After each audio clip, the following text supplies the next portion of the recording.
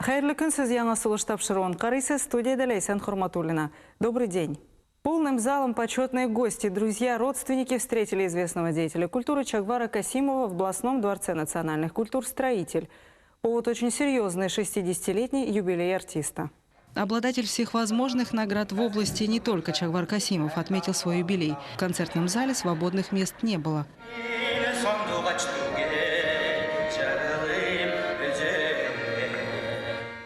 Чагвар Абузаровичны мен инте 20 ел танышуын білдім.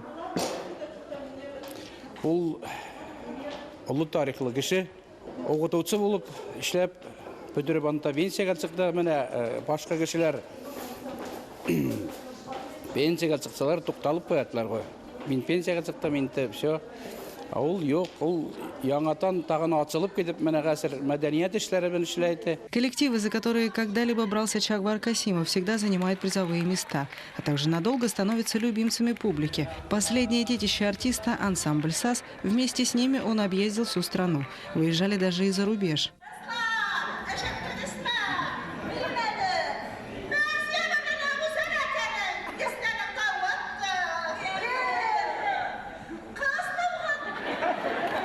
Самым ярким номером вечера по праву стало общее музыкальное поздравление гостей праздника. Народная мелодия в исполнении лучших гармонистов области никого не оставила равнодушным.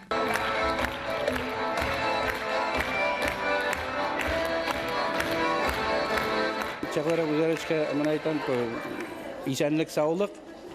Шалай менә безнеке татар безнең мәдәниятне күтәреп, тагын кән еллар эшләп, безне нетсен масайтып берсен. По инициативе рабочей группы Дворца культур «Строитель» вот уже второй год проводятся выездные научно-практические семинары, посвященные актуальным проблемам национальных культур. В поселке Боровском побывали и мы. Это 6-й по счету научно-практический семинар. В его организации приняли участие и Департамент культуры, Комитет по делам национальностей, Национальное общественное объединение Тюменской области, а также администрация Тюменского района. Главная цель семинара – активизация работы по сохранению и возрождению народов области, а также обмен опытом. Мы будем говорить о целом спектре вопросов. Они очень разные. Причем речь идет не только о, сказать, парадной стороне сохранения национальной культуры, участия в фестивалях, концертные программы. Речь идет о самом главном, о сохранении национальных языков, об игровых программах, о том, чтобы не потерять молодежь. И вот профессиональные веские рекомендации, жаркие дискуссии, поиск решений вопросов с привлечением местной администрации, работников Комитета по делам национальности, Департамента культуры должен дать свои результаты, в которых все мы заинтересованы. Представлять свои национально-культурные автономии приехали самые разные специалисты. Преподаватели высшей школы, руководители и работники отделов национальных культур Дворца «Строитель», а также общественные деятели. Мы всегда с удовольствием принимаем в такого рода мероприятиях участие. Почему? Потому что это способствует, во-первых, созданию той толерантной среды, о которой мы все так волнуемся и заботимся. И мне представляется, что, в общем-то, это чрезвычайно важное, интересное дело. Наша цель, значит, всеми доступными способами сохранить язык, культуру, традиции народа. И это мы будем обсуждать. Разные формы для этого есть. И я с удовольствием принимаю участие в этом мероприятии. По последним статистическим данным, в Тюменской области проживает около 13 тысяч немцев. Активную работу ведет региональная автономия. Рабочие группы регулярно обсуждаются различного рода вопросы. Только в прошлом году в Германии побывали 2 тюменские делегации. К сожалению, здесь нет тюменских изданий. Это все издания мы получаем из Москвы. Значит, есть Международный союз немецкой культуры. Вот, значит, Moskauer Deutsche Zeitung. Neues Leben издается Федеральной национальной культурной автономией. Значит, и, естественно, эти газеты, эти издания, они отражают ту жизнь, которая идет в общероссийском масштабе и в международном масштабе. Делегация, представляющая отдел татарской культуры, подготовила целую выставку национальной литературы. Все желающие могли познакомиться с произведением как местных авторов, так и классиков татарской литературы. Наибольший интерес вызвали издания, посвященные национальному костюму, а компетентные специалисты отвечали на все вопросы. Надо сказать, что такие семинары и раньше проводились, но особенностью вот этого семинара я вижу в том, чтобы наладить отношения значит, департаментом культуры, комитетом по культуре этого данного района. Мы думаем, что наш отдел в ближайшее время его уровень поднимем, расширим и будем взаимодействовать теснее с нашими учреждениями культуры области.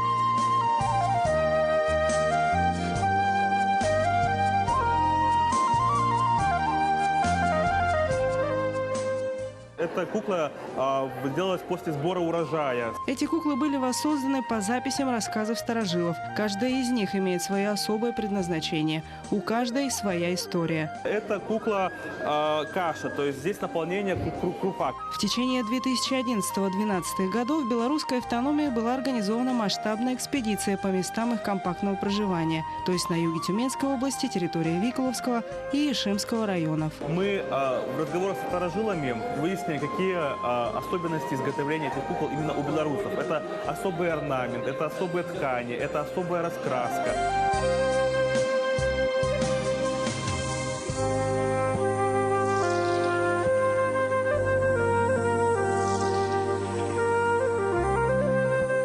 Универсальных способов и методов нет. То есть вообще методика – это способы и средства достижения тех или иных целей. Степень решения вопросов у каждого этноса своя. Тех, кого немного, этим вопросы решать проще.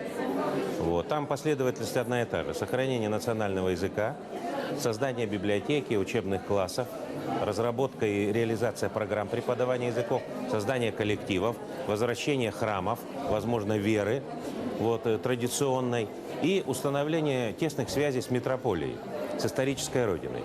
На этой базе сохранение национальной культуры возможно и необходимо. Праздник Мавлид сейчас отмечают в области и практически повсеместно. Подробнее о нем нам расскажет сегодня имам Мухтасиб Тюменской области Ильдар Хазрат Зиганшин. Ассаламу алейкум, Ильдар Хазрат. Рахматуллахи баракатух. Знаю, что в воскресенье у вас планируется огромное мероприятие, масштабное. Что за мероприятие будет и где оно будет проходить? Обсуждая вопросы с Верховным муфтием Центрального духовного управления мусульман России шейхом Исламом Талгат Таджудином, планы на 2013 год Верховным муфтием было сделано предложение, что Мавлюд Байрам в 2013 году провести в Тюмени с привлечением не только для жителей Тюменской области, но и для автономных округов, включая Ханты-Мансийский автономный округ и Ямало-Ненецкий автономный округ. На основании этого распоряжения главным муфтием Уральского федерального округа Центрального духовного управления мусульман России Ринат Хазратом Раевым был издан указ и намечен план мероприятий. И Аллах берса, иншаллах, завтра, 10 февраля, в ДК «Строители» будет проведен такой праздник. В 2008 году мы проводили в рамках только Тюменской области. А сейчас, привлекая автономные округа,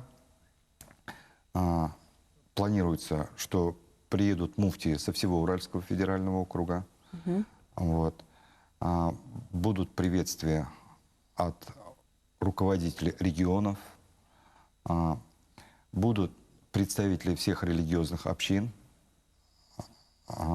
Также каждая религиозная община, каждое региональное духовное управление будут представлять номера. Что за номера? Эти праздники сопровождаются духовным песнопением, у нас в народе называется мунажатом, салаватами. Это воспевают Всевышнего, воспевают пророк Мухаммед, саллаллаху алейхи ва саллям.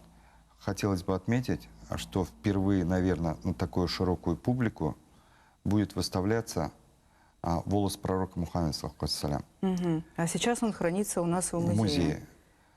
Мы еще, жители Тюменской области, до конца не понимаем, какой подарок Всевышний дал нам в свое время через нашего земляка из Ямбаева, который в свое время это достояние привез сюда. Единственный такой волос еще хранится в исторической резиденции Верховного муфтия свыше 110 лет. И вот мы его впервые на такую широкую массу выносим. Приедут шакирты, студенты Российского исламского университета города Уфа.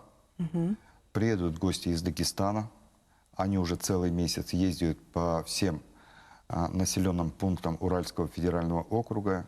И все, где везде проходят эти мавлюды, везде они помогают провести, воспевая пророк Мухаммед салаватами и манаджатами.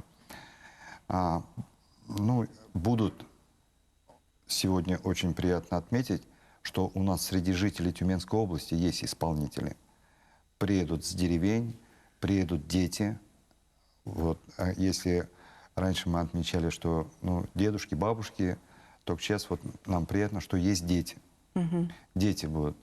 Ну и, если так выразиться, одним сюрпризом будет то, что с Уфы приедет профессиональный исполнитель Радик Дин Ахмед. Вот, и Известный, да. Да, и мы сможем ознакомиться с его выступлением и понять тот уровень, к которому мы хотели бы, наверное, стремиться. Ильдар Хазрат, а планируется ли приезд муфтия Талгата Таджудина к нам? Пока Талгат Таджудин приехать не приедет, вот, приедет главный муфти УРФО, вот, Ринат Хазрат. И все муфтии всех регионов Уральского федерального округа.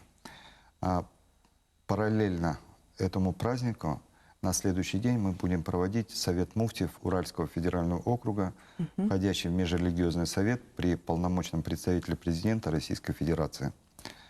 Какие вопросы будут обсуждаться? Ну, мы, во-первых, между собой обсудим, какие у нас есть проблемы, и выстроим поэтапное исполнение их, и какие-то наметим планы, чтобы сообща решать. Приезжает очень сильный богослов, вот, и все те вопросы, которые накопились в обществе, вот, ну, в течение 3 дней будем... Да, все желающие смогут задать все интересующие вопросы. Будем обсуждать, будем получать. Ну, вот как бы так. Амин, шулай булсын. Амин. Ага. Ярый рахмат келгеніңіз үшін, Ильдар Хазрат.